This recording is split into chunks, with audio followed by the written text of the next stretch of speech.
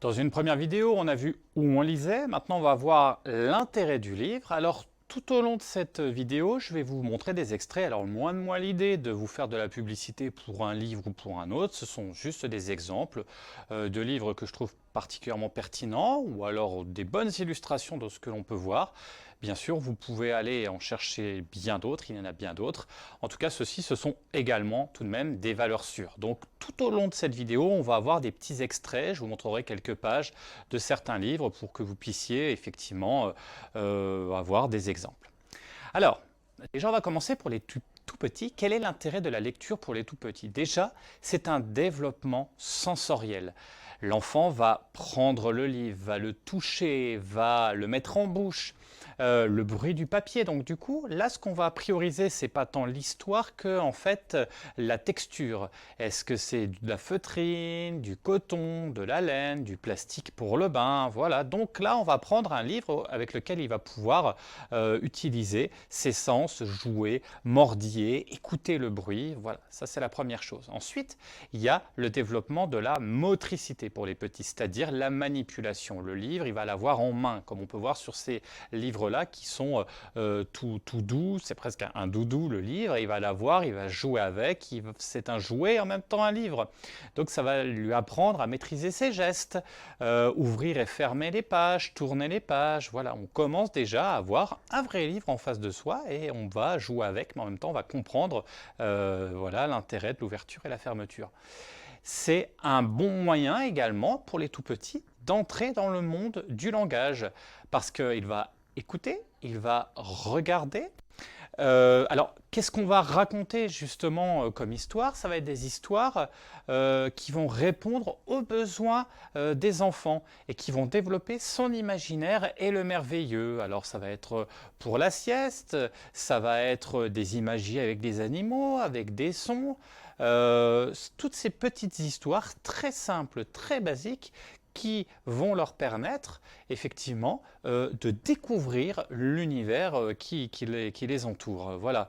Ça va leur permettre aussi de connaître les autres, entrer dans l'imitation, l'identification au personnage. Donc ça c'est pour la première partie. Alors maintenant pour les plus grands, l'intérêt va être un petit peu plus important. On va commencer déjà par le développement affectif, mieux vivre les situations quotidiennes, l'identification à travers les différents personnages.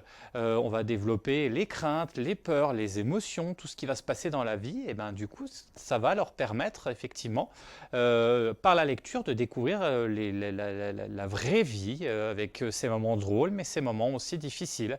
Ça sert d'intermédiaire aussi dans les moments les plus difficiles. Il se passe quelque chose personnel, un décès d'un grand-parent, une séparation dans la famille, une agression, un racket qui peut se passer à l'école. Et ben on va pouvoir utiliser des histoires pour expliquer tout ça. Ensuite, il y a le développement social. Les enfants vont réagir à des sujets sensibles sur le racisme, sur la tolérance, sur le respect, la non-violence, par exemple. Ce sont des thèmes qui sont importants, qu'on peut traiter dès tout petit. Et ben, par l'histoire, par des histoires simples, ils vont pouvoir effectivement comprendre les choses. Et c'est pour ça que c'est important aussi la lecture, c'est un développement social. Il y a aussi un développement culturel, l'ouverture sur le monde et ses richesses. On peut découvrir des pays étrangers. Vous voyez, sur ce roman-là, par exemple, La fête de la tomate, on va être bercé dans un univers japonais qui va leur permettre de découvrir une petite fille qui va manger des sushis, qui va être avec sa grand-mère dans une maison quand même assez atypique puisque c'est une maison japonaise. Donc voilà, donc on va découvrir un autre univers. Et le développement intellectuel, c'est-à-dire développer la curiosité, découvrir des choses, l'espace, l'anatomie, les animaux, et se poser des questions, réfléchir. On est presque des fois, limite, dans la philosophie, mais c'est important qu'ils réfléchissent et discutent et des réactions sur des événements qui arrivent. Alors là, je vous ai mis quelques extraits, quelques livres, par exemple le tournoi des jaloux, là, qui va être plus sur le développement social, sur la jalousie qu'il peut y avoir entre le grand et le petit frère, hein, il y a beaucoup de jalousie, avec un livre comme celui-ci, ça va leur permettre de réfléchir à comment j'arrive à gérer ma jalousie. Un autre livre très simple qui s'appelle Pouette Pouette, là ça va plus être sur le racisme, puisque au milieu d'une basse-cour, tous les petits poussins sont jaunes, mais il y en a un qui est bleu et en plus qui va pas parler, qui va faire Pouette Pouette. Donc là on est clairement dans un développement social aussi, plutôt sur le racisme.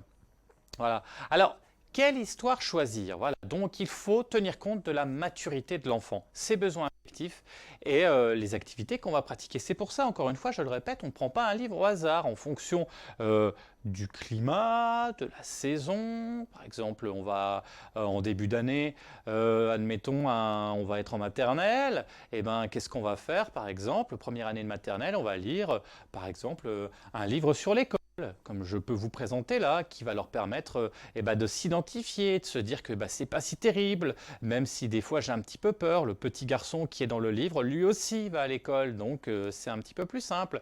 On peut aussi traiter des problèmes relatifs bien sûr, mais quand il s'agit du ou de la tétine, ou même, on peut aller même un petit peu plus loin. Là, par exemple, on peut voir le petit violon qui va traiter effectivement du divorce. Et là, donc, vous avez un violon qui est au milieu de deux violoncelles, le papa et la maman. Donc, lui, il est obligé de se séparer. Comment on fait? Donc, vous voyez, là, on est vraiment dans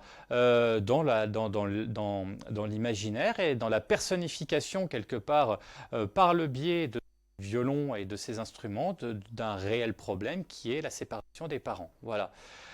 Chez les tout petits, l'histoire doit être simple, proche de la réalité.